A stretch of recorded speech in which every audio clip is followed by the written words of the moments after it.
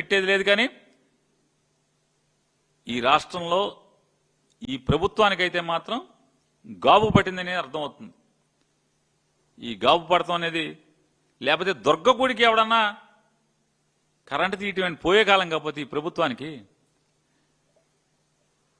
అరే అసలు మామూలుగా లోక కళ్యాణం కోసం సాక్షాత్కరించినటువంటి అమ్మవారు ఎంత గొప్పగా చెప్పుకుంటారు, ఎంత భక్తిగా కోట్ల మంది పూజిస్తారు.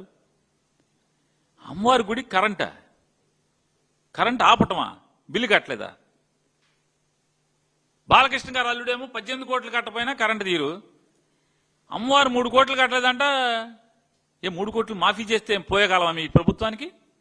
ఎన్ని మాఫీ చేస్తున్నారు? ఎకరం 50 కోట్లు 60 కోట్లు చేసే పొలాన్ని 90 పైసలకి 99 పైసలకి ₹10 ఇస్తున్నారు మీరు. అమ్మవారి గుడికి కరెంట్ ఏమైనా ఉచితంగా ఇస్తే మీకు పోయే కాలమా? మా హిందూయిజం, మా సనాతనం అంటారు, మెట్లు కడుగుతారు. అంటే ఇవన్నీ పోయే కాలం బుద్ధులు. పోయే కాలం వచ్చినప్పుడు ఇలాంటివే జరుగుతూ ఉంటాయి ఖచ్చితంగా. ఇవన్నీ తార్కాణాలు.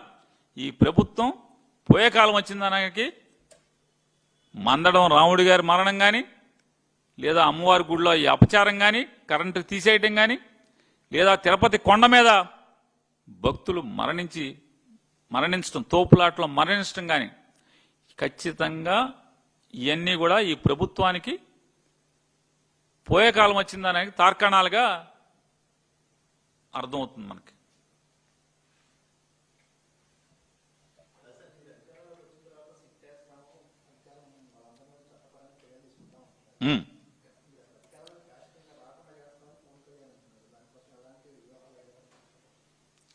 ఇప్పుడు పవన్ కళ్యాణ్ గారు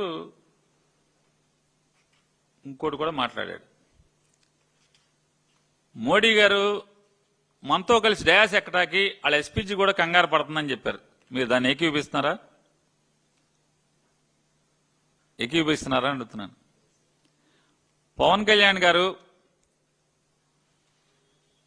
వైఎస్ఆర్ కాంగ్రెస్ పార్టీ వాళ్ళని పేరెత్తకుండా జగన్మోహన్ రెడ్డి గారిని, నన్ను, ఇట్లాంటి వాళ్ళందరినీ, చాలా మంది యూట్యూబర్లని, కొంతమంది విలేకరులని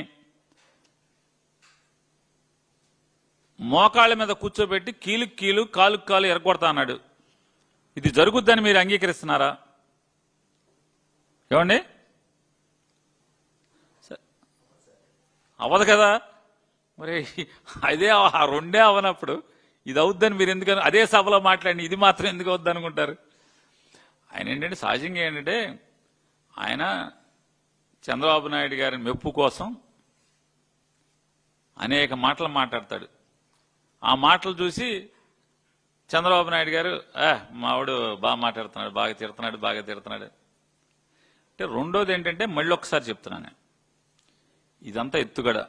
15 ఏళ్లు మొయ్యాలి మనం, ఇంకొక అంటే మొత్తం 20 ఏళ్లు మొయ్యాలి అని చెప్పని జనసేన పేరు మీద మమ్మల్ని అందరినీ మొయ్యటానికి సిద్ధమని చెప్పని చెప్తుంటే, ఇదేంట్రా బాబు మనకు రాజ్యం తెస్తానని చెప్పి చంద్రబాబును మోద్దాం ఇంకో 20 ఏళ్ళు అంటున్నాడు. ఇప్పటికి ఆయనకి 55 ఏళ్లు. రేపు మళ్ళీ ఎలక్షన్కి వచ్చేప్పటికి 55 ఏళ్ళు. ఎందుకంటే 2019కి 50, 24కి 55, 24 నుంచి ఇప్పటికి 57కి వచ్చాడు. 57 ఏళ్ళు ఇప్పటికి. ఇదొక 3, ఇదొక 2.5, అదొక 15, 17.5. ఇక ఇది ఎప్పుడైతే తన మీద నమ్మకాలు పెట్టుకున్న వాళ్ళకి నమ్మకం సన్నగిలి దూరం జరుగుతున్నారు అనిపించిందో, చంద్రబాబు నాయుడు గారు ఇద్దరు మాట్లాడుకున్నారు. జగన్మోహన్ రెడ్డి గారిని తిట్టాలి. ఆయన పచ్చిగా జగన్మోహన్ రెడ్డి గారిని తిట్టంగానే, వైఎస్ఆర్ కాంగ్రెస్ పార్టీ వాళ్ళని తిట్టంగానే మేము మళ్ళీ ఎదురు అతని మీద దాడి చేయటం మొదలెట్టంగానే, అమ్మో మళ్ళీ మా వాళ్ళని తిట్టేస్తున్నారని చెప్పి అందరూ చేరిపోవాలని చెప్పినటువంటి ఎత్తుగడ. ఏదో అన్న సామెత కూడా ఆశ దోశ అప్పడం అని, మేము నిన్ను ఆటలో అట్టుపండికి వదిలేసాం, నువ్వేమన్నా తిట్టుకో, మాకు సంబంధం లేదు.